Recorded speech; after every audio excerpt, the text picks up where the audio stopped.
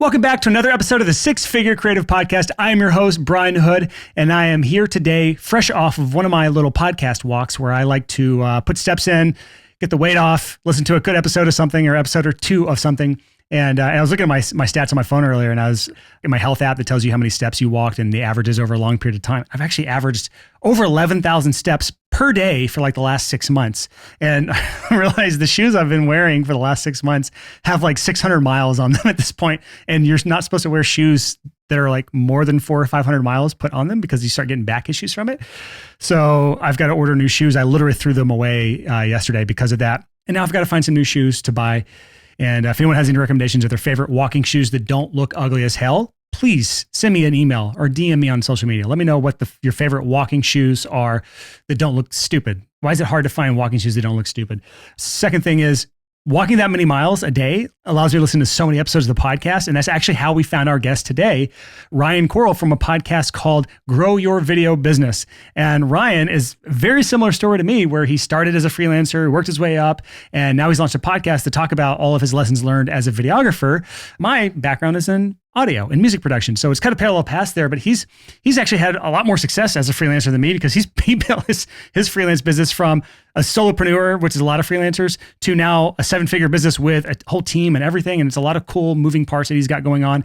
And in the interview, we actually talk about his whole journey from the first dollar earned as a freelancer and growing that into a multiple 6-figure business, and then kind of leaving that behind and growing another video production company in the corporate space to 7 figures. And honestly, if you can make it to the end of this interview, even if it's not all relevant to you, I promise there's a wonderful payoff at the end, because he talks about one of the strategies that I have somehow never heard someone doing. I've definitely not implemented this myself. I'm going to implement this myself, but how he is able to close these mid 5-figure and even 6-figure projects, the process he uses in that. And it is brilliant, because instead of trying to sell somebody a $50,000 project, he makes them, he forces them essentially to buy something that's $2,500.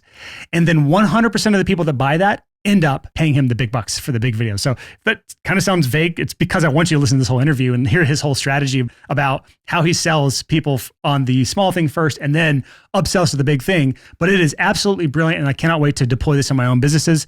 So without further delay on this whole rambling intro here, we're going to go to my amazing conversation with Ryan Koral. Ryan, dude, thank you so much for coming on the podcast. Absolutely. So the reason I want to have you on the show here is one of my favorite people to talk to is freelancers and people who own agencies who also have podcasts, because podcasters are some of the best communicators there are. We already talked about your podcast. You have almost 300 episodes for the Grow Your Video Business podcast.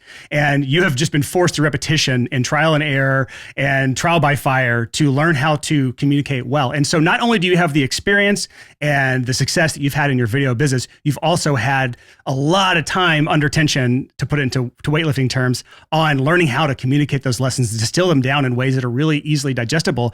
And when we bring guests on who have no experience in doing YouTube videos or doing podcasts, they tend to go off into the weeds and make it really difficult. So I'm really looking forward to diving into our conversation today, man. Awesome. Well, no pressure. Okay, cool. No pressure, man. So let's start things at kind of the early in your career, because I always like to kind of get a good baseline of like where you started things. And this allows people to kind of pick up not just the lessons that you've learned along the way, but understand where you came from, so that they learn how your background applies to kind of the lessons you've learned. So I'd really love to start things off where you made your first dollar as a freelancer, what services you're offering, what position you were on in your life, just kind of the story around that first dollar earned as a freelancer. Yeah. I think that's all I made too, was $1. No, you didn't. No way. $1, really? That'd be funny though. I do. I wish I had like the plaque and the dollar. Yeah, you put the dollar in it on you behind the counter. I've seen it at like old school grocery stores and stuff. So I was pretty fortunate. Like, I dabbled in video kind of growing up, just messing around, making zombie videos actually, and killer clown videos, and just like, all the disturbing things that a junior high and high school kid with his best friend would do. And then I dabbled a little bit in college. Back when I went to school, like, there was no digital anything. So like, to actually edit, it was hard. We're going tape to tape, and that's where you'd see all the nasty cuts. And it was just like, so it was fun, but it was just labor intensive. The university that I went to ended up hiring me after I graduated. And my job was to promote the college, the events that we were doing. And at this time, Apple had just come out with new technology, video cameras. You could plug them into computers and like directly edit in real time. It was like, oh my gosh, like this is amazing. So I'd convinced my boss to buy me a video camera and a computer. That's really when I started practicing on their dime. So I was sort of being paid. I wouldn't really consider that my first dollar because I was being paid to do a lot of different things. But eventually, I'm driving to work every morning and I liked my job. I really liked the people that I worked with, but I could not stop thinking about making videos. And I was like, how could I turn this into something where somebody would give me $1 or maybe, more dollars? And it was a small university. My salary was $22,000 a year. So essentially that was like $11 an hour. My wife and I were newly married and we had like no debt or little debt outside of student loans. I was like, hey, I think I want to just try this. I'm going to leave the college. I'm going to try to freelance, I'll do it for 6 months. And if it's a bust, I'll get another real job. And she was on board. And I had set out I was going to create these photo slideshows. I had a couple of friends that said, hey, can you, scan some slides and do a little birthday thing or an anniversary thing or a wedding video with just pictures. And that's really where my first dollar came from, was making slideshows, actually somebody's vacation. And if I showed you like my first website and like the preview videos that I showed to try to get people to want to hire me to do more of these slideshow videos, I mean, just like it's the most embarrassing thing ever. But I had it in my mind. I'm like, I could charge $49 for these things that probably took me like 3 hours to put together. But, even then I was making roughly what I was making at the college, maybe a little bit more, but not much. That's really how the journey started. So let me get this straight. You were making slideshows for $49 each, and yeah, and the website, cheap, easy, and fast. Those are the benefits of working with me. So I started at $49. They didn't go, much more, but I think I had a $79 package and a $99 package. When did you learn the hard way that as a freelancer you can only provide 2 of those 3 cheap, easy, fast options? I think it was after like the second slideshow I did. So how big did you build that up? Like, give me an idea of like the path from that to actually making a sustainable business, because that sounds like anything but sustainable. Definitely wasn't. Fortunately, because I was making videos for the college, I was doing way more than these like slideshows. The church that we were involved with had this amazing production department too. And so the college still needed video work. The church found out that I was doing video. And so they were hiring me, they were contracting me to do work for them. So I was able to do like, what I would say like real stuff. I was capturing events and putting together little promo videos. Once I started doing that more, I was like, okay, this is really what I want to do. I was just trying to think of what I thought might be sustainable were these slideshows where I'm like, well, everybody's going to, everybody has a birthday, everybody has an anniversary, and these, 5-minute videos, these would be really helpful. But then I was realizing like, oh man, there's a whole world here that I could actually get clients doing this other work for, which was way more appealing. You eventually got into wedding videography and then you went on to corporate stuff, which we'll get into. But I'm just curious, how big did you build this kind of like what I consider the true freelance business, which is just like, whoever's throwing money at me, I will do the work that you need as a freelancer. And how did that business grow? And like, what did it look like? How was the day-to-day? I was fortunate to have friends in the creative world, so I didn't have to buy a camera at the beginning. Actually, the college bought this camera, so I was able to use that for a little while I was doing freelance stuff, and they were totally fine with that. And a friend of mine had a light kit, so I got to start practicing with interview lighting. And I remember the first interview lighting DVD that I had ever bought to like learn how to do this, because like YouTube wasn't even a thing back when I started, if you can believe that. Dating yourself a little bit there, man. Yeah, I know. It was 6 months into this work, doing everything. Hey, I need a video for, I had a friend who worked at a law firm. She's like, can you film a deposition? I'm like, I don't know what that is, but yes, I can. She's like, how much will you charge? I was like, I don't know, $25 an hour. She's like, can you just charge us $100 an hour? And I was like, are you serious? Like, I thought I was going to be rich, man. So it was 6 months of doing literally like just all sorts of jobs. And then I had a good friend who was a wedding photographer. He said, Ryan, I'm shooting this wedding on Saturday and the couple would love to have a video. Would you be interested? They've got $500. Would you shoot their wedding? And so this was just like all the other opportunities, but it was $500. And I was like, shoot, I'm in. Like, so then I just went online and I started researching like, what is a wedding video? What does it even look like? And I had a good idea. I shot the wedding, blew the couple away because I was at the fanciest wedding that I'd ever been in my entire life. So everything was like eye candy to me. And so I just shot all this beautiful stuff, had mics for the vows and created this like 5-minute like highlight piece it was pretty. I look at it now and I would probably barf because it's just like so bad. But back then, and for $500 for this couple, you know, they had like probably no expectations that it would be good at all. But I was pretty good at what I was doing. And through that experience, you know, I was newly married, and, you know, my wife and I just believe in what marriage can do in the world.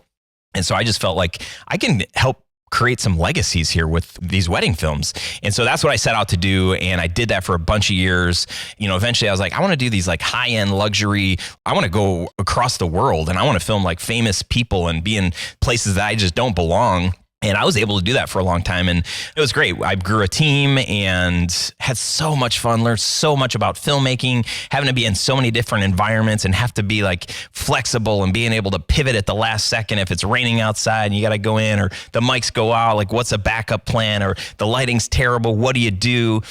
And eventually we're on to our second kid. I came to a point in my career where I was continually improving as a filmmaker, but I had to make a decision. My wife didn't want me to work out of the house anymore, which rightfully so. I was having some clients come to the house. I had a part-time employee that was coming to the house, and she's like, can I just get the house to myself and to our family? I had a decision to make. Like, did I want to continue to try to improve my filmmaking and become better and better, and so I could continue to charge higher and higher rates? Or did I want to figure out how to become an actual CEO? Figure out how to run this business. It definitely wasn't a hobby, and I was making like okay money, way more than I was when I was working at the college. But I just knew that I could see in the future, and I'm like, I see guys that are filmmaking that are so gifted and talented. I'm never going to be that good. Like I will incrementally get better, but there are people that are just so good, and they're charging more than me, but like, I don't know if the end justifies the mean. There's a point of diminishing return. And I said, I feel like I don't want to be lugging a camera around for the rest of my life, because that's how I make money. If I want to choose to do that, like I want the freedom. And so at that point is when I decided I really need to figure out how to make this a legit business without me needing to be in the center of it all. Man, there's so much to unpack there, because I feel like we skipped a whole whirlwind of like struggle and heartache and figuring things out. Give me a quick timeline really quick. So like you were in college and you started doing things on the side, probably somewhere in the early 2000s is kind of what I'm gathering. And you were in what we call freelance yes mode, which is where it's just like, I say yes to anything that crosses my desk. I'll do anything for any amount of money. If I'm getting paid, I'll do it at least one time until I realize I hate that thing and I'm never doing it again, or I love that thing and I'm going to do it more often. And eventually you got offered this $500 wedding video project, which if any wedding photographers or videographers listening right now, they're probably shaking their head thinking, no, not $500. That's way undercharging for what amount of work goes into those things, because not only is it a full day of shooting, there's like multiple days or weeks of editing on the back end, because we had one of those videos made for us as well for our wedding that we had back in 2018. And it's one of my favorite pieces that came from that wedding, because it's so much emotion wrapped up into one 4 to 5 minute video. And it's amazing to go back and watch. And I can't wait to watch it with my kids if we end up having kids someday. But I want to get back to the timeline here, because it seemed like we went from yes mode, taking on projects all around the place. I got this one wedding project, and now I'm off traveling the world doing video. So let's talk about that shift there, because I want to pause here for a minute and just kind of get the stories around that, because like it's not all sunshine and rainbows. It's not all like we pulled a Rocky montage right now where it's just like cut on the Rocky montage music, the cheesy 80 music, where you're going and putting all the work in. And then now we're on the other side. Now we have a team, we have success, we have the seven-figure video agency, and we're crushing it. But I think our audience would love to know a little bit more. That was my slideshow background. So that's what I was giving you, the Instagram version there. That's exactly it. So let's chat really quick about kind of timelines there that led up to going from like that first $500 video from weddings to what you did from there, kind of some of the pieces of the puzzle there up until you started actually hiring a team. Because I feel like there's a lot of good juicy meat on that bone still. So, you know, I shot that wedding and I was like, this is what I want to do. So we built the brand around that.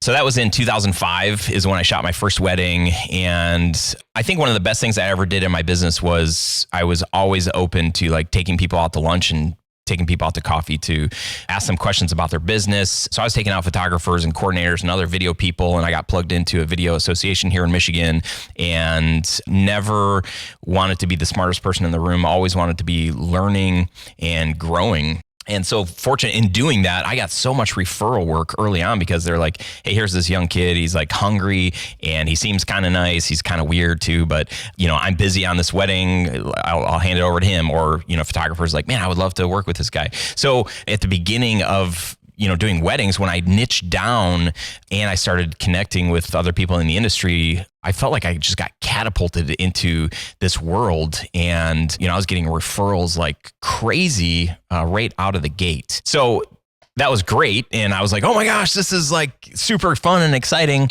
Challenge that came with that was if I shot 3 or 4 weddings in a month, that's only like 3 or 4 days of shooting. But then, like you're saying, like we would easily spend at least a week editing a wedding video.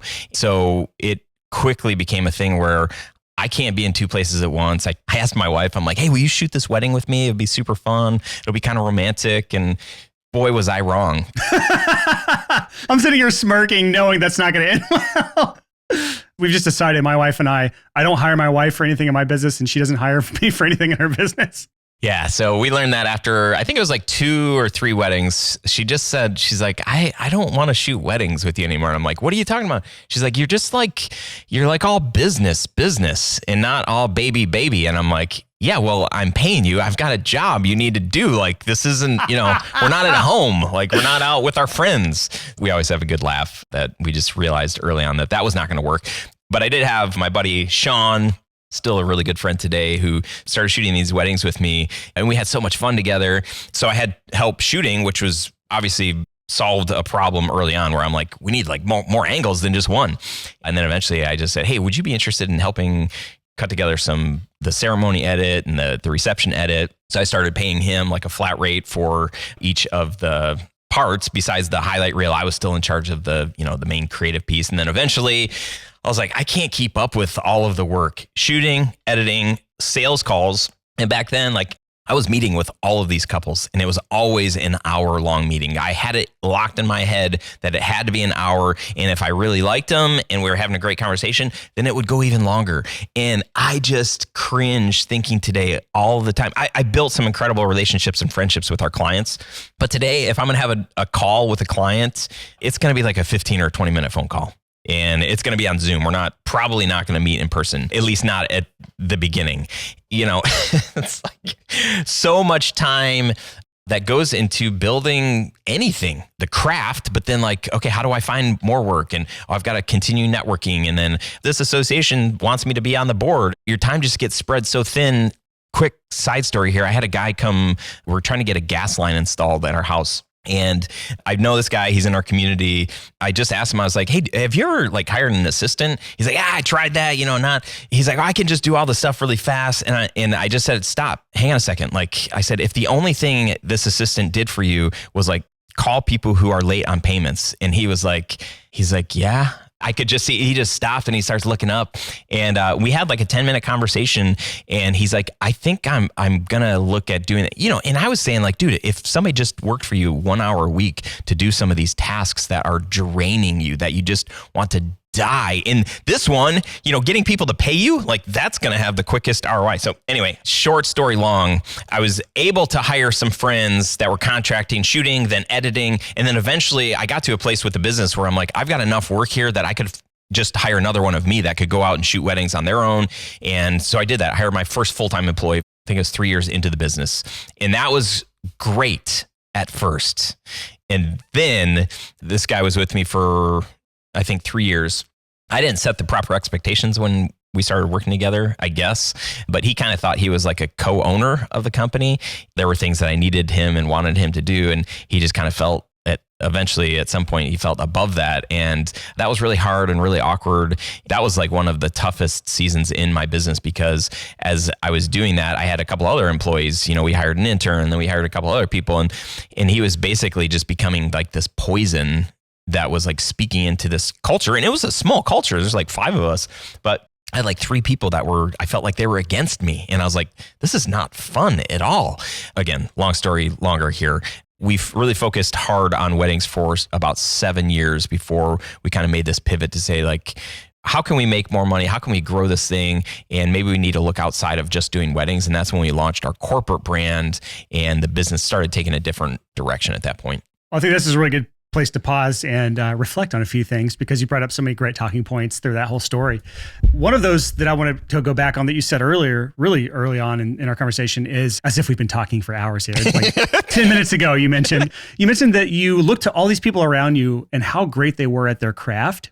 And you just noticed that like the amount of work it would take to get to that level was not worth the amount of time from a business standpoint. We're not talking about just creativity for creativity's sake and just for a hobby's sake, but we're talking just dollars and cents in a business. It did not make sense to put that much time, effort, and energy getting those diminishing returns. And so what you did instead, from what it seems like, is instead of spending time, effort, energy, and money on increasing my skills, you said, I'm going to spend time, effort, energy hiring a team. Yeah, no, that's exactly it. I love that conversation because there's so many reasons people fail to grow their business. And one of those is they don't have the skills. First of all, it doesn't take much time, effort, and energy to get from level 0 to 10 in those skills, in any new skill. Look at it like video games. Video games have captured this whole thing perfectly. It's like to get to level 0 to 10, it takes like 5 hours, but to get from level 50 to 60, it takes like 500 hours. Like games have nailed that dynamic really, really well. So if you're just learning a skill for the first time, it's not that hard to get proficient at it. But if you're trying to master something, sometimes you only need to master one skill, if any skill. And really, like as a business owner, taking off employee hat and putting CEO hat on, the only skill you really need to master is delegation. And so let's talk about learning that skill, because it sounded like at first it was good. You started delegating, you started hiring people. Do you remember the revenue of your business before you actually started to hire people? When I hired my first full-time employee, I think company revenue was probably like 140,000, maybe 150,000. And I've seen people hire anywhere from like the 50, 60,000 range, some like part-time, just a few hours a week kind of assistant role, or even like a executive assistant or online assistant. And then I've seen people take on full-time roles at that $100,000 to $200,000 range. My background in the audio engineering studio world, that rarely happened because there's such a cap on how big you can grow those businesses. But like in other worlds, it just seems way more common to just start scaling team around the multiple six-figure mark. So you got that first hire or that first full-time hire. It started out great. What worked when you first brought that hire on? I mean, I started getting my time back. I eventually was able to teach him how to sell. He would do consults. So, every consult was at least an hour. So for everyone that I wasn't doing, I was getting an hour back. One of my favorite stories is I remember my wife and I out to dinner on a Saturday night in the middle of the summer here in Michigan. That's when weddings happen. And I was out to dinner with my wife and I was like, this is amazing. I felt like king of the world. I'm just making thousands of dollars, at this wedding that our company is filming, but I'm not there. I'm hanging out with one of my favorite people in the entire world. So this is like a win-win. Yeah, I had to launch an Airbnb business to ever have that feeling. Yeah. So in that moment, I realized this is working.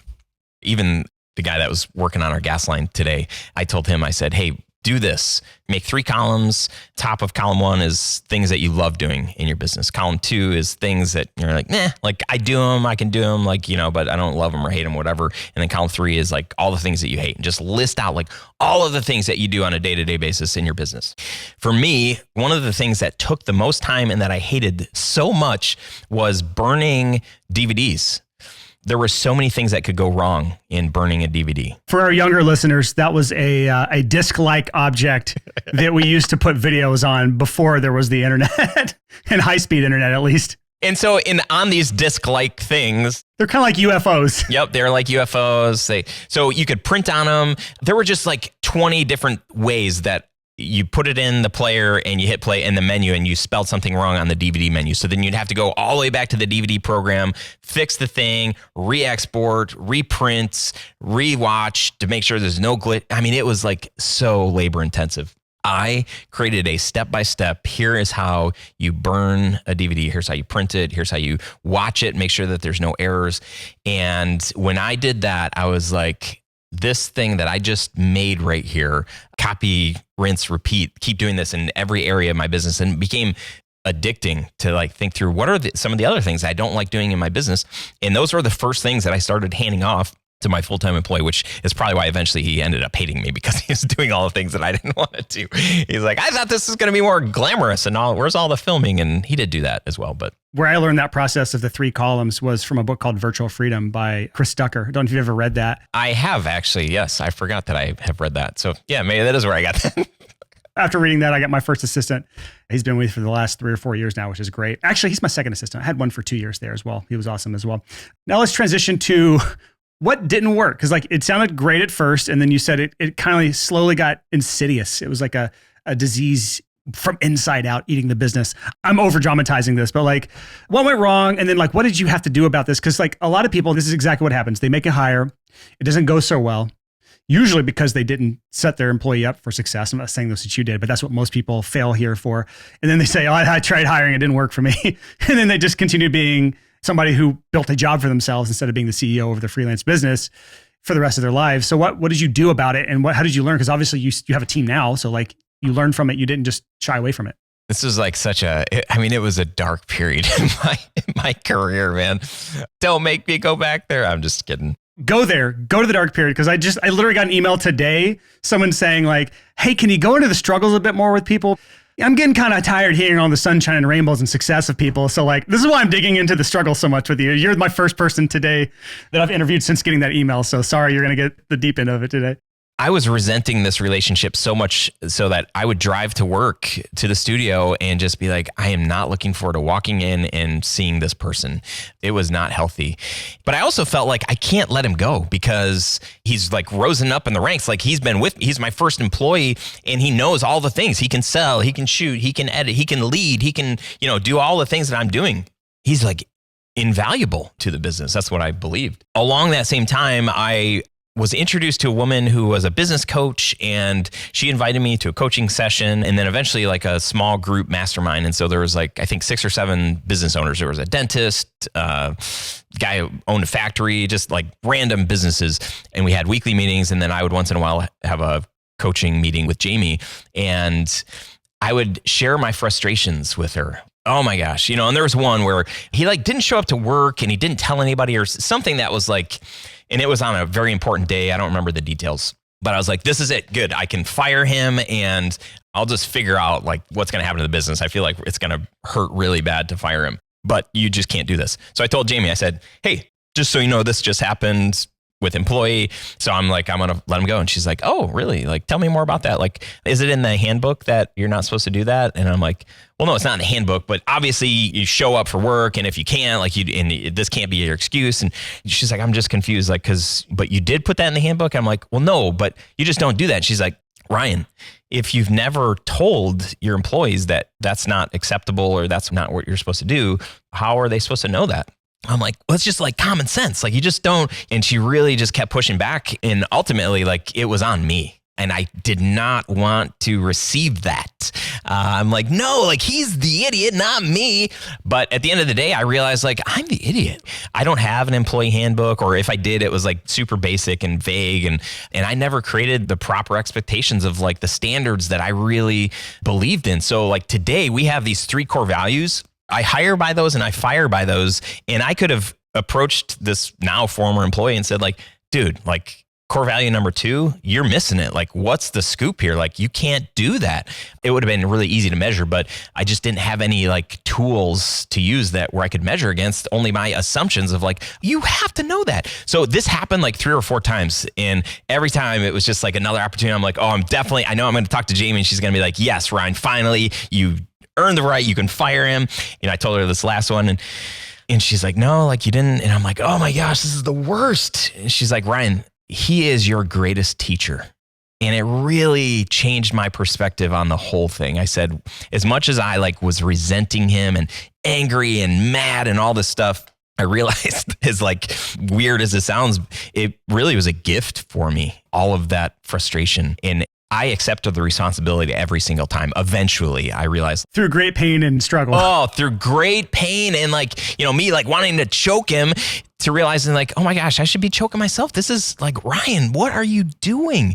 You're a terrible boss. You're a bad leader. And I was doing some things well, but in this particular case, I was not doing most of those things well. So of course he was going to do what he wanted to do. And then eventually, it just got to a point where we had mutually decided to part ways. And I remember going to work that first day that he wasn't there. And it was like this massive weight had been lifted off of my shoulders. It was like one of my favorite moments of my career because I felt like, I know it just sounds so terrible, but I just felt like it was a new beginning and I had an opportunity to really be the kind of boss and the kind of leader that I should have been from the very, and I say I should have been, I wished that I would have been, but you learn through mistakes and people are like, what's the biggest thing you regret? My father-in-law just asked me this the other day. He's like, what, after all these years, and I'm like, the only thing that I really regret is not starting a YouTube channel 10 years ago because I'd be a multimillionaire if I did. But otherwise, I've learned from all of these mistakes and it's good. Earlier, I mentioned the whole Rocky cutscene or the Rocky montage thing. And I was giving you kind of a joke there, but a lot of times when we're going through these really tough learned lessons, like you with that employee that you were just butting heads with, your coaching call with Jamie, you were just in one of those Rocky cutscenes. These are the cutscenes where it's like, it's a lot of hard work. It's really painful. In the moment, it sucks so bad. Nobody wants to go through these. But when you look back at it, it is like the Rocky montage. It's like you got the music playing, you got it pumping, you're learning the lessons, you're getting stronger, you're at the top of the stairs flexing the muscles because you got so strong there. And it really does take that extreme ownership. Going back to Jocko Willink's book that is very self-explanatory just by the title, taking extreme ownership over every single problem in your business, where if there's something you don't like, if something's happening with an employee or with a system or with a process or with a client, it is ultimately you who must take full responsibility for every single issue. And it took a lot of pulling teeth, but it sounds like she was a good business coach if she wouldn't just let you fire the person without taking extreme ownership of the issue. Yeah, it was really helpful. And just a small example, super relevant. We have 2 bathrooms here at our studio. And I found out the other day that we still have this one, and I will name the brand because it's the worst toilet paper that exists. Don't ever buy this Scott toilet paper. It's like, why would you even make the stuff? Because does it give you poop finger? Is it breaks through? Is it too thin? And then, under the fingernail, I'm just kidding. Oh, God, we just lost every listener we had. Okay. I'm having a good time talking to you. You don't have to have any listeners for this episode. It's fine. Continue on, Ryan. Yes. So months ago, I'd asked one of my employees, I said, hey, let's make sure that we never buy this toilet paper again. Well, that employee doesn't work here anymore, and I have somebody else in that role. And we haven't had that toilet paper in a long time. And I went to use the facilities the other day, and I was like, it's back. What happened? And I realized, I'm like, oh, that employee didn't write this. So we have now an SOP, a standard operating procedure for toilet paper in the bathroom so that never happens again. And it was totally on me because I never followed up with that employee, which is one of the reasons why the employee isn't with us anymore. What's the Ryan Koral of Studio Sherpas and Grow Your Video Business endorsed brand of toilet paper that he recommends? Come here. We want your bum to... No, this is... Okay, I'm just not even going to go there. Charmin, amazing. You can't go wrong. Solid choice. I need to get a sponsorship from this brand, but I'll mention them anyways. I'm a Dude Wipes guy. Dude Wipes are the best thing that ever existed. We have the big packs of them here at the house, and then I keep the single serving guys in my backpack for travel. When you're traveling abroad, you never know what's going to happen. So get your Dude Wipes today at Amazon.com, and maybe there'll be an affiliate link for it in the episode if you want to go check those out. Let's get this back on track, Ryan. We're not going to get to the good part of this conversation if we keep talking like this. You eventually went on to build a corporate brand, which I think was your bigger business, I believe, just from what I'm gathering here. And I want to talk about that transition from the wedding videography brand into the corporate world. Let's just first talk about what made you make that transition in the first place. Well, faced with I had employees, and my wife and I, we lived in a humble house, and we had 2 kids, but we had bigger dreams. I'm like, man, it would be cool to have a big backyard, and it'd be cool to just not be starving artists is what, and I felt guilty for a long time, felt greedy. I just had bigger financial dreams. And then I had worked every summer for multiple summers in a row and missed out on late night bonfires with our friends or our friends' weddings or just things because I had to be filming weddings. I was convinced at some point that if I could build our business around working Monday through Friday, that as our kids were getting bigger, I could be around on the weekends. I wanted to be present, and I wanted to build my business around the things that I wanted for life. And up until that point, it was everything, but it was not that. Again, I was hesitant to get into corporate commercial world because I fell in love with the stories that we were telling for these couples and these families and creating these legacy pieces. My friend Patrick had convinced me, he said, dude, he's like, every business, every founder has a story. And a lot of times those stories are really beautiful. And it just stopped me in my tracks. And I was like, oh, Yeah. I don't want to like promote the product or, make a cool, snazzy commercial. Like I didn't care about that, but to like tell somebody's story. And I knew the power in like, man, if you tell a powerful story, like you can sell anything. That to me, like an origin story or just a heartfelt, emotive thing that's real, I'll get behind that like all day long. So if there's a way to do that like often, so I was convinced that we could create this corporate brand where we told businesses stories and we worked with founders and told their stories and let that be the differentiator piece for those businesses. So we took all of the things that we learned in the world of wedding filmmaking and don't tell any of our corporate clients, but the work just got so much easier. It was just like so much easier and the budgets got so much more. So for us, it was a really great shift. I kind of felt like I was cheating on this brand that I was my baby. Like, I built this thing from the ground and we had a huge client base. We had a lot of fans that just fell in love with our wedding work. And so I felt bad like pivoting the brand. So we just launched a separate brand and had 2 different business names, 2 different websites, 2 different phone numbers, 2 different business cards. And that worked for a few years until I said, okay, we're just going to bring the wedding brand underneath the corporate brand. We'll tuck it under a sub page on our website. But doing the 2 business names and all that stuff was just too chaotic, too administratively mindednessly. I hated dealing with all of that stuff and eventually just said like, if they want to hire us, they'll find us. And I need simpler in this life. You had this hypothesis, which it sounds like it was a hypothesis. I don't know if you had any facts to back this, but your hypothesis had a few things in it. One was the skill set that I have as a wedding video creator will translate to telling stories in the corporate world, which makes sense because you're telling a very emotional story week after week after week, and you've probably honed in how to really make a powerful video in a short amount of time, which in theory makes sense moving to the corporate world because emotion sells. Humor also sells, but you were going more after the emotional side than the humor side, or at least I believe that's kind of the angle you went. And this also makes sense as part of this theory that corporate clients are probably a bit easier to deal with because there's not so much emotion tied up into it. They're actually way more logical than newlyweds. And it's also not life or death. If you miss a shot at a wedding, like you missed it, it's gone. You're not getting it back. Whereas in a corporate setting, you can kind of just say, can we try that again? Let's roll the tape again, action or something. I don't know how video works. So that's the hypothesis. So how do you go from, this is my hypothesis, I want to pivot the business into the corporate world to actually appealing to those clients and getting those clients? Because that's a big gap to fill as someone who had pretty much specialized in wedding videography. My favorite story is like, as I was like planning this corporate brand in my head, we might have even been in like website mode. And I was talking to the branding guy that did our corporate brand, but I was on a wedding shoot and I was working with this photographer who I had worked with before, and her husband was there assisting her. And we got finally to dinner and we sat down and he's like, it's been so fun watching you. Because I had what is called a glide cam for any of our listeners.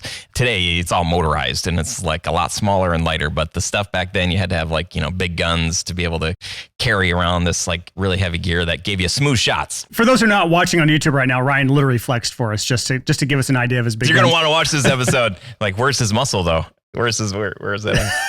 I didn't say that. That was you. So this guy was like, it's been super fun to watch you like just create. This is really cool. He's like, would you be interested in coming to my work and sharing with my team about how you're making videos and like, some of this technology and stuff that you're using? And I was like, that sounds amazing. That sounds super fun. I would love to be in front of a group of people. Where do you work?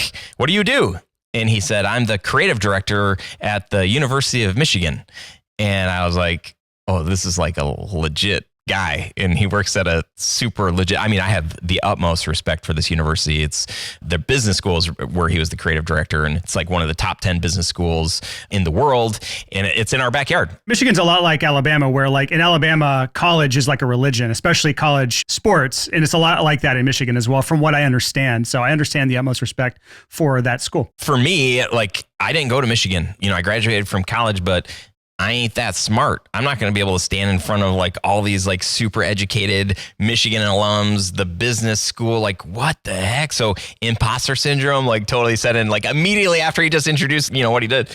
I stuck with it. I said, okay, I'm going to do this anyway. And we eventually met with his team and they hired us the day that we launched our corporate brand was the same day that we received this RFP from the University of Michigan and booked our biggest job ever to date for anything we had ever done. And I was like, man, this was 5 times more than our average job. And it was about 5 times less the amount of work than our normal job. So I knew that there was a recipe in this is scalable, and this can kind of help us reach some financial goals, but there's going to be a lot of freedom that we're going to be able to experience, not just me, but my employees, my team. You have these 2 brands now that you were building kind of side by side, and it seems like the wedding business kind of took a backseat eventually and went under the corporate brand. Were they the same LLC, or did you have separate LLCs, or like how did you structure those businesses at the time?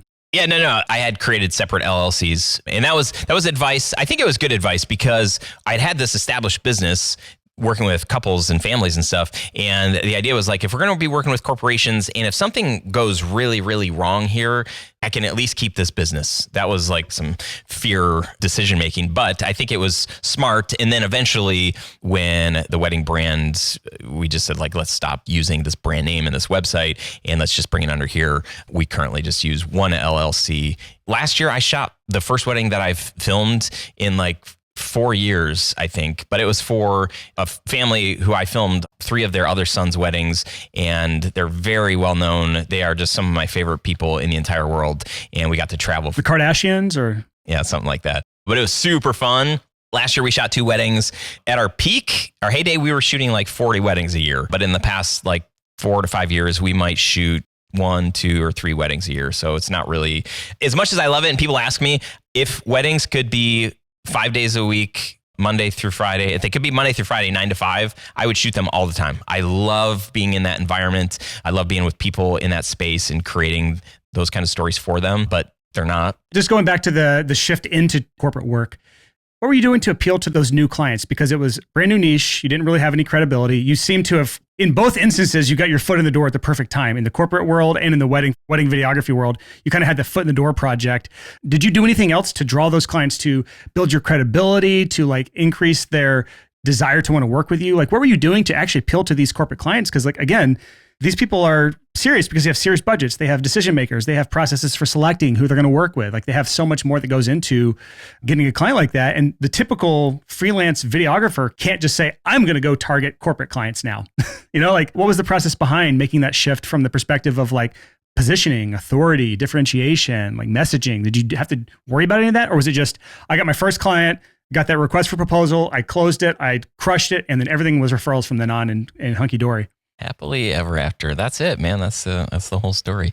I think another thing that I was smart on through all of the years is hiring a branding person, somebody that is really, really smart with creative and copy and messaging and positioning. My friend DJ Harula, who has his branding agency, is incredibly talented and really helped set me up for success. So I had this positioning, and I felt like when he did this work for me, I felt like I could do anything. I felt like I had all this power. I'm like, this is me. He gets who I am. He gets what I want to do. And he said it in a way that like businesses, it'll resonate with. So my confidence level was sky high. If I didn't have a website that had good positioning or, you know, a good logo or good footage or anything like that, I think people would probably be able to sense that. And it's probably an insecurity of my own where, you know, working in the video world for so long, capturing beautiful imagery, I struggle with perfectionism. And so there's a lot of things that I just haven't launched because it's not perfect, and that's just not good. But I would say like, one of my superpowers is networking. And we did this job for University of Michigan. And I was like, who can I meet? Is there somebody else that we can help? Who do you know that we could be introduced to? And because people liked working with us, we were like a breath of fresh air. The guys and gals that I hire, they're people you want to be around. And I would run into so many other like video people where I'm just like, man, that person is a stick in the mud. Like if you're going to spend like a full day with somebody, like, wouldn't you want it to be us? But I think just being people that are trying to add good into the world and be fun to be around, I think a lot of our clients saw that and were drawn to that. We've definitely had plenty of clients that like don't care about that. And as soon as we can stop working with them, we do. And they probably feel the same way. So I think, again, like connecting with people online, LinkedIn has been a place that I've lived for a long time, trying to make connections. And, you know, today I think my mindset is like, how can I add value I'm going to an event next week that I'm speaking at, but I'm going into this event with this mindset of like, who can I help at this event? What conversations can I have and can I make myself available? And I think I've tried to do that like over the years. I think I'm getting better at it, but I think that mindset has really helped other people want to like introduce me or not be afraid to say like, if he's not a good fit, he's not going to try to sucker you into anything. He's going to be honest. And so I don't think there's been like one thing. We've tried a bunch of, blogging, and I've launched a couple of different podcasts for that brand. And, there are things that have had some traction, but I think relationally, reaching out, not being afraid to put myself out there, making a video message and introducing myself to somebody, complimenting people, How to Win Friends and Influence People is that Dale Carnegie book. I read that early on, and I think some of that stuff stuck with me. And I was like, yeah, I can do that. I can just like try to be a nice guy and do excellent work. So I think putting myself out there, that has helped. I don't know. Is that helpful, or does that just sound like this guy sounds like a loser? Stop with the imposter syndrome, Ryan.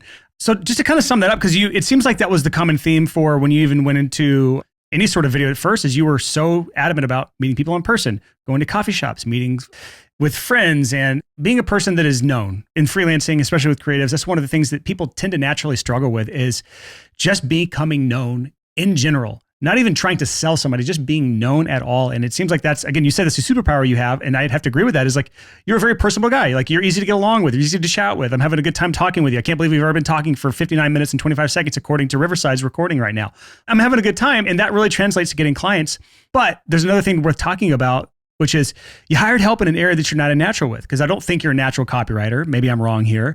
You're not a natural branding guy, not a natural messaging guy. So you hired help on that. Can you talk to the process of working with somebody to create the messaging and branding and copywriting around your corporate brand and what that did for you guys? It's like one of my favorite topics, because early on I built my logo and I thought that's what the brand was. It was a cool logo. I tried to come up with a cool tagline, and I had like 5 different versions of that. And then I built my own website, and I figured out how to do all the things. I was saving all sorts of money by not hiring somebody. And then I was super fortunate that my friend DJ and I played in the band at church together. So we became friends, and he just saw a kid that needed some help. And he said, hey man, can I do like one of my branding sessions for you? And he's like, you don't need to pay me. And I was like, that sounds really cool. So I went through this session, and he asked me all these questions, like, tell me about your personality. Like, tell me, like, what do you love? Like, what are your goals and your hopes? And what's an ideal client? And all sorts of questions, all about me. And I love talking about me. This is really fun. And he asked me work-related questions. And then he presents me with this document, like after a week or 2 weeks or something. And it's this whole like written up thing about me and about my business and how I'm like infused into this business. And I was like, this is the most beautiful thing. I would never be able to say these things about myself or articulate myself like in this way. It wasn't like fake. It was like, this is so well said and to the point. I'm a rambler. I'll just like keep going. And people are like, yeah, we got the point like 8 minutes ago. Like, just let's get on to the next thing. And so I just realized that in marketing, in messaging, like if you can be succinct and clear, you are going to be way ahead of other people. And then adding an element of design to that in a feel with like colors and fonts and like, those are like the extras, but the heart of it is like, well, what's the heartbeat? Who is this person? What do they care about? Like, how are they different? Like, why do they do this work? You get that clear. And then the other stuff is like, oh, that should be paired with like soft fonts or harsher colors. There are things that in design that go with the soul of a brand. And so when DJ did that work for me in both brands, I just felt like I could sell anything to anyone because I didn't have to convince anybody. It was just like, this is us. This is me. This is why we do what we do. Just like, look at it, read it, watch the videos. Like, it's all there. Do you want to hire us? Yes or no? And I think this is such a great area to invest into because, again, it's not a ton of work to learn some of these skills yourself. Again, going from level 0 to 10. But if you can work with someone who's like max level, going back to RPG terms, what was max level in World of Warcraft? It was like 60 for a while, then they bumped it up. I don't even know what it is anymore. But they're max level. They're like the ones who's taking care of the young guns, like us. If you can hire someone like that, great. But if you can't afford it, put some time, effort, and energy learning these things. When I coach my clients one of the earlier exercises we work on is the messaging. And when I see the amount of confidence they gain when they nail their own messaging and they start to see all the value they're providing and what they can do for people, and it's clearly articulated in one document for them, I can see visually how much more confident they are seeing that document. And I believe it was the same for you, just judging on how you acted about kind of having that document created for yourself. One more thing along with that is, I feel like this shouldn't be needed to be said, but it needs to be said, is when you do work for people, you do a good job. And that's another part that I feel like many freelancers don't think about, is like, you can have the messaging down, you can have a great sales process, network, schmooze people, be so fun to be around, just be a joy. But if the work you put out sucks, you're not going to get referrals. And so because you are like the full package, you're fun to be around, you're exciting, you're probably a pleasure to work with, although I've never hired you, you've got your messaging dialed in, you know who your customer avatar is, you fulfill the work at a really high level, and they really love working with you. Because of all of that, you get a lot of referrals. So I would imagine you don't have to do a lot of marketing. You don't have to do a lot of other things to get clients, because probably one client equals 3 clients for you. And you just have a really good viral coefficient, which a lot of people don't have because they're maybe not as good as they should be at the craft they have chosen. I don't know if you want to talk on that or not, but I have a couple more things as we wrap this up that I do want to go into. But I had to mention that. Thank you for the compliment. And yeah, I would say, like, this far into my business, there's still things that I want to tweak and ways that we want to pivot and things that we want to try. But the built-in referral base after, for doing this for 17 years, it's like such a small amount of my time is dedicated to like cold outreach or trying to market ourselves. It's just not. This next phase of the business is like, okay, what would it look like if this business was really built to sell? And what that means is, like, we do need to do some different things, and we do need to have a better process. And that means that Ryan doesn't want to do that work. So who can we hire to do some of this outreach? And what does that funnel look like? And what does that whole process look like? I'm assuming you've read the book Built to Sell by John Warlow then. He's been on my podcast too, Oh, man. Okay. All right. I never reached out to him. I just assumed because he's kind of more often in the space of selling businesses and working with business owners to sell their businesses, he's not interested to come on talk to us pleb freelancers. But that's one of the books that I always recommend freelancers read. Even if you don't have any interest in selling your business, it is an incredible journey to go through, because it's a parable. It's written in a really clear way of like understanding what he's trying to teach you through a story and in characters. And the whole lesson isn't necessarily to build a business to sell, but build a business that's such a pleasure to run that you don't even want to sell it. That's kind of the spoiler at the end of the book. But I do want to talk about one more area of your business that's worth diving into, and that is pricing. Corporate pricing is a dark art to me. It's a black box. I don't understand it. I've never worked with corporate clients before. So I'd love for you to chat about this. In the wedding world, there's kind of like a cap what you can charge. It's like, I don't know what you can charge. Do you remember what was the top you kind of got up to in the wedding world before you moved on to corporate? 25,000. 25. Really? Yeah. I lied. I don't know what I'm talking about anymore. That was like our whole wedding budget. So I'm surprised you could get that just for video. But okay, so you were in the higher end weddings, I imagine. Let's talk about the corporate stuff, because like, it seems like you don't have any issue throwing a big number out there and saying, this is what I charge, and standing behind it. Most freelancers are not psychos like you. And we struggle with throwing big numbers out there. So like, I can tell you right now, if I went to a corporate client and was offering services to them, I might be like, was 5,000 good to you? I don't know. Like, is that a lot? No. Like, they'll laugh at me, and they'll be like the person like your lawyer client who was like, can you just charge me 100 an hour? Because we're billing you plus some to our clients, and I don't want to bill 25. So let's talk about the pricing thing. What's your approach or your thesis on pricing for corporate clients? Yeah. Ooh, this is a great conversation. Something I'm very passionate about, because nobody charges as much as they should. And best advice I was ever given was like, double your prices. That's my most viral TikTok, is me just saying double your prices and then following it up with bad math, and you get 500,000 views on TikTok. That's the formula, guys. Yeah. So the guy that told me that, he's like, okay, I was at a workshop. He's like, now nobody's going to actually take that advice. So here's what you do. Raise your prices by $300 every time you get booked until bookings slow down. And I did that model, and I was like, man, we actually ended up doing more than doubling our price. Like, we should have done this a long time ago. Our episode with James Martin on episode 204, just a couple episodes ago, his whole thing was he raised his prices 5% a month every single month without fail. Like, that's just the way he did things. And at the end of the year, it was like, almost a doubling of prices. So anyways, I like that, the slow and steady thing versus just doubling your prices, because it's just it's less scary. So continue on your pricing for corporate. When on a discovery call with a client who has some rough idea of a video that they want, I usually pretty quickly ask them, well, what's the budget range that you guys are thinking about? Whether or not I get that number, it's really to figure out where are they at in this whole journey. Are they ready to buy? Because if people are ready to buy, they've got some kind of a number. And if they have no idea, then I know what they're after. And it's really, they're after me educating them on the whole video process. Like, what does this cost? You just tell me how much this is going to cost. 9 times out of 10, those are not good fits for me. And so I'll just pretty much cut to the chase, try to figure out what video that they've seen that they like, and just try to say like, yeah, videos like that, we've done stuff like that start at, $20,000. Is that in your budget range? It's like them asking how long is a piece of string. You're like, it's as short or as long as you need it to be.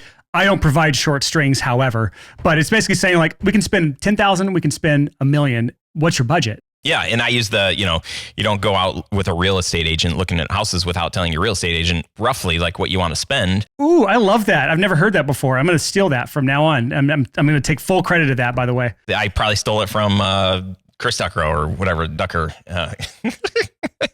So I think a great way, like when you're just like, well, I'm not really sure, like I'm not confident enough to ask them that because that's like bold, ask them for the budget. I pretty much get like everybody to either tell me their budget range or it's clearly they're not ready to book. So I'm not there to educate them for 30 minutes. Remember, I want to have a 15 to 20 minute call. Not that we wouldn't have more stuff to send them or ways to educate them, but it's not going to be me on the phone for 30 minutes doing that. So I think a great question to ask people is when you have this video, your clients are seeing it or whatever you're going to do with it, what do you want to happen? Are you going to make money from it? Is the goal for it to save you time? Like, what is the dream scenario here? I might just say like, over the course of the next year, how much money could this video generate for your business? A lot of times people aren't thinking like that. They want an ROI on this thing that they're going to do, which is why they're doing it. I had one client who it was a health device, like a medical device. And it turned out that if they sold one device through the video that we were doing, I mean, it was like a $200,000 or $300,000 piece of equipment. So the guy was like, we just need to sell one. And I was like, okay, the bar's really low. But then I know he knows. And I'm like, I'm not going to charge you, $100,000 for the video. The other question I like to ask is like, maybe you don't know the number. Maybe you can't think like what this could be worth or how much time it's going to save you by having this video. I can help them figure that out. But think of it like this. What if you don't do this video? Will it affect anything? What will happen with the business or with this launch or if you don't have a video? And if they don't have an answer, like if they're just like, well, I don't know, like we know we need to have one, then I know that they don't value me. They don't value the creative. They're not going to put the money behind this and they really don't care. But if they say, man, if we don't get this video, our launch, our whole campaign, this video is like the most important thing. Like, oh, okay. So we're really valuing this thing. Okay. So if you're really valuing it and maybe I have a sense of like what this could do, then when I tell you that I think, a piece like this might be like 20 or 30,000 bucks, like that shouldn't make you balk, right? So that's just an easy way to kind of like feel like when you do value-based pricing and say like, how much are you valuing this and what do you think you can get out of it? Then it just makes it a lot easier to come up with pricing or talk about your pricing than to just say, I charge $100 an hour. Oh, sweet. Like let's hire you, get you for 20 hours and that's like $2,000 and wow, we just saved a lot of money. And you call Ryan and Ryan's going to charge $20,000 for the same thing. And it's just, I asked a couple of different questions and didn't like throw my hourly price or my day rate out because that's not what they want. They want results. And if they can see the value, then for them to pay $20,000 for their potentially like $1 million product launch that they're going to have, yeah, they're going to pay $20,000 for that. And so just to break that down, it sounds like on these calls with these corporate clients, you're trying to figure out whether or not they have put any thought into what the value of the video is going to be, first and foremost. If they've put no thought into it, then you probably don't want to work with them anyways because they're just looking for a butt to sit in a seat and to do things for you. Edit the video, shoot the video. You want a video monkey, right? And that's not who you work for. You work for people who understand the value that you're providing as a videographer or as a video creator. So when you get to this conversation, you are tying the video to the outcome that they want and putting a value on that. And that's essentially what allows you to charge so much for the same service that somebody might be getting $2,000 for because they aren't finding A, the clients who are finding value in what you're providing, and B, tying the value you're creating for them or the value they're going to get out of it to the thing that you're doing for them. Only question I have now to kind of follow up with that whole thought process, what happens when someone else can provide the same or similar value at 1/10 of the price? And I'll say this from the perspective of someone who has hired freelancers before. I hate Fiverr for the freelance community. I will always tell our listeners, don't get on Fiverr if you can help it, because then you become reliant. You got to pay the 20% Fiverr tax. You're going to always be dependent on them feeding you versus you actually planting your own crops and growing your own crops and harvesting your own crops and living off the land as a freelancer is supposed to do. But as a business owner, I will hire off Fiverr all the time. And the reason being, even if something's valuable sometimes it is a butt in the seat kind of job. So like, how do you set yourself apart from somebody who can say like, I can create just as good a video as Ryan for a tenth of the price? How do you differentiate those sorts of arguments? Because I know our listeners have those same thoughts in their head of like, yeah, I can 10x my price and I can tie it to value all day long, but the guy next to me who can do just as good a job for a tenth of the price. So there's no way I can get $25,000 or $20,000 for the gigs. So we started doing this thing about 6 years ago. And when somebody calls me, I know it's either going to be an agency client or not an agency client. And so there's just a couple of questions that I'll ask them. Hey, tell me about the video project. And so they'll tell me, and I'll know like through their job company that they work for, if they're an agency or not, but we won't bring that up. I'll ask them like, okay, so we work with people in two different ways. One way is that you have this video that you need, and you're going to provide like some guidelines, maybe some storyboards. You just need like our really good cameras and our smart people that know how to run cameras and can push buttons the way that you want us to do that. So you're going to direct this project and tell us what you need. The other way is we come alongside you as a creative partner. You know, maybe you've done video in the past, maybe you haven't, maybe you have like a vision. It sounds like you do have a vision for what this, but maybe you're not super confident that that's the right vision. We would come alongside you and help you articulate what a good video needs to be in this sort of situation. Which one sounds more like you? 9 times out of 10, especially if they're not an agency, they say like, oh, that second one, they're like, you know, where we come alongside you and we want you to be the expert. I'm like, great. So in that case, what we do with people like you is we do a 2-hour workshop. So before you hire us for production, before we start storyboarding or anything like that, we're going to sit with you and your team, the stakeholders of this project, for 2 hours. We're going to ask a bunch of questions about the goals. We're going to start with the end in mind, and then we're going to go through our video making process, and we'll go through story and just kind of like talk about some of the things that we need. We'll come up with some key pillars. Quick question about that. At this point, are they your client yet, or are you still like in sales mode if you're doing a 2-hour workshop with them? The workshop is a paid workshop. So I tell them like, you know, I'm still on the phone with them. Like I'm kind of painting the picture of what this workshop is. The workshop costs $2,500, but I'm not going to let you hire us to do this workshop unless you have a budget range in mind for your project. And I can tell you, most of the clients that are hiring us, our average budget it starts at around $20,000. So if you don't have $20,000 at least for this project, and your project could cost $30,000, $40,000, $50,000, $100,000, but we just need to know like, what is your range? Because you shouldn't hire us for a $2,500 workshop if you only have $5,000 for your video. Like that just doesn't make any sense. So people will hire us to do this workshop. We sit with their team. We go through this whole process. From there, we create a blueprint. We're just regurgitating everything that we went over in this meeting with some creative context, maybe some sound design ideas or sample videos. And then we'll come up with 2 or 3 proposals. So in this blueprint, they're paying us $2,500 to give them this guide. And then from there, they can hire us to do any 3 of these options that we set before them, or they can take that to the Fiverr guy and say, hey, here's the blueprint, do this. Now, do you think anybody has taken our blueprint and gone to somebody else to do it? No, because we're sitting in this room. We buy them lunch. We're hanging out. They're like, man, these guys they're fun. They're friendly. They're smart. And they have a process dialed in. So we've done this workshop dozens and dozens of times, which has led to like millions of dollars of work. This is so brilliant. Like, I don't know why I haven't thought of this myself, but you're taking like a piece of the project, which is like the planning process. Every freelancer does this in some way, shape, or form. But correct me if I'm wrong here.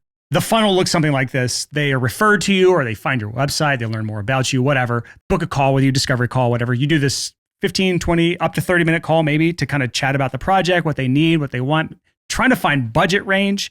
And then you say, okay, great. Budget seems like it's on kind of within the range that we're looking at. Our next step would be to do this workshop. It's $2,500. Once we go through this workshop, we'll have a full plan, a full blueprint for you. Once we have that blueprint, you have options to either take us and hire us to create the video that we just blueprinted, or you can take it wherever you want.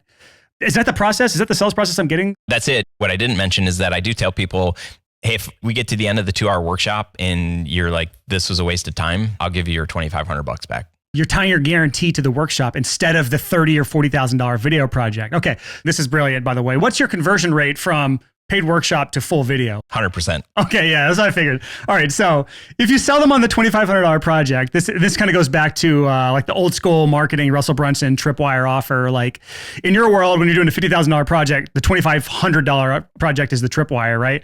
And then they're naturally going to take the next step with you because you've added so much value. But you're tying the guarantee to that smaller thing so that if it just isn't a good fit at that point, have you had a refund after that? No, zero refunds. It's a 2-hour investment of our time versus, an 80-hour, 100-hour. My friend Preston, came from the world of EOS, he's like, dude, if you could offer a money back guarantee to your clients, I'm like, that's impossible. Like, I can't offer anything back after we've invested all of this. I hear that all the time in freelancers because you put so many hours into it. But this is like, I'm stealing this, by the way. Thank you. I'm going to implement this in multiple businesses that I have, but that's so cool. On your website, in your about page, you have on there, written in there, through our own video business, he, meaning you, Ryan, has booked multiple six-figure jobs. So this to me is the difference between closing a $2,000 or $5,000 video project and a six-figure video project, as Ryan has taken the time to build a whole process around this. I love that, man. I think this is probably a good place to wrap up because I didn't realize we're an hour and a half into our conversation. I said, oh, we're usually 45 minutes to an hour, and I completely disrespected your time. But is there anything else that needs to be said before we wrap this up, or where do you want to send people to connect with you and learn more about what you got going on? If you go to studiosherpas.com/blueprints, you can see an actual blueprint that we did for a client. And I mean, you can take that and maybe reverse engineer it. I do sell our process, and I've got like actual clients that we've gone through, the workshop with that you can watch and all that stuff. But if you get the blueprint, you'll eventually get introduced to this whole thing that we sell. But the blueprint should be really helpful because you're like, wow, he sells this. This is $2,500. It looks great, but it's not even just about the blueprint. It's about the whole process and the trust that we build with these clients that has led to massive clients, but also like our team has like really clear direction. I think that's been like one of the best things is like our clients know what they're getting now. And it's not just like the person that we talk to on the phone. It's like the stakeholders. The CEO is not seeing the final video when everything's done, but the CEO is usually a part of this workshop. And so when the CEO is seeing the video, she's like, yeah, that's exactly what they said they were going to do for us, versus like, what is this? Why did we do this project? I don't like the font. Like, what's going on here? So there's buy-in from everybody. So it's been a massive win for our company. So anyway, I've got that. And then obviously the Grow Your Video Business podcast. I have super fun guests on there. Brian, hopefully I'll get you to come over there. It would be great to spend another hour and a half with you, on my show. Yeah, I've got to do tit for tat. I got to spend an hour and a half. Which is funny. You said earlier in the conversation, you were like, and I'm not spending an hour on the phone with these corporate clients, but then you come on the podcast and spend an hour and a half chatting with me on here. Well, I was hoping you would buy like a 6-figure video from me or something. I mean, maybe eventually. That's one area that I am not strong in is my video production. So we'll have a link to that blueprint and obviously his podcast in our show notes. If you go to sixfigurecreative.com/206, we'll have links to all of Ryan's stuff. I'm going to be, after this episode, I'm going to be going to your website and downloading that blueprint myself because I want to reverse engineer what you've been doing that's been successful. So thanks again for coming on here, man. Yeah, dude. Hey, this has been super fun. Congrats on being over the 200 episode mark. Yeah, I've listened to your show. You have so many relevant topics. I know you're making a difference in a lot of people's lives. So thank you for doing that. Really just trying to up-level people's lives and their livelihood. I just think that's honorable work and appreciate what you're doing. I appreciate what you're doing, Ryan. I've been listening to your podcast recently as well, gearing up for this interview, and I love what you're doing over there as well, man. You're obviously a real good dude, and if you're in a mastermind with Graham Cochran, then... Oh, yeah. You guys know him. Yeah, that's fun. For years. I'm sure everyone knows that if anyone's associated with Graham is also a good person, so I'm glad to have you on, man. Thanks so much, Brian.